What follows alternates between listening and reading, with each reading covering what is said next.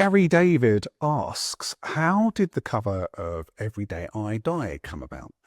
Well, when we were first rehearsing to promote the Disgraceful album, I don't remember where the idea came from, but we just decided that we would do a Gary Numan cover, which was Every Day I Die.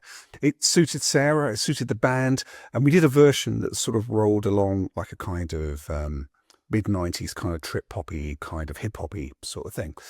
Anyway, word got around that this new band, Dubstar, were covering Gary Numan in their live shows.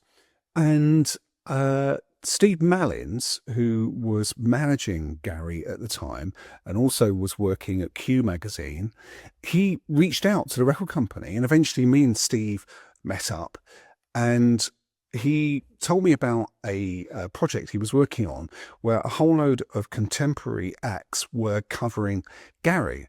And I think really this was part of Gary taking advantage in a good way of the interest that was being shown around him. I suppose he'd spent a long time in the wilderness, and now the people who had grown up with his music were making music of their own.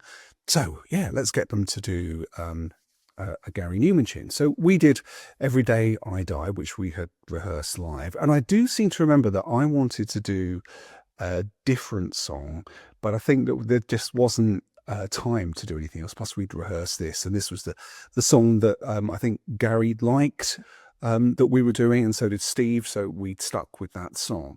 Now, I do know that later on, I sort of revisited the Gary Numan work that I just missed out on, because I kind of lost track with him after the Strange Charm album, and I was quite late to the Sacrifice album, which many consider to be like a renaissance, or at least the beginning of the renaissance in his career.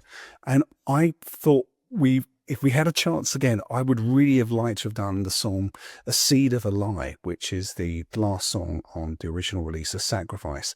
I just really liked the words to that tune, and I thought it had a really haunting quality to it that I think Sarah could have done justice to it too.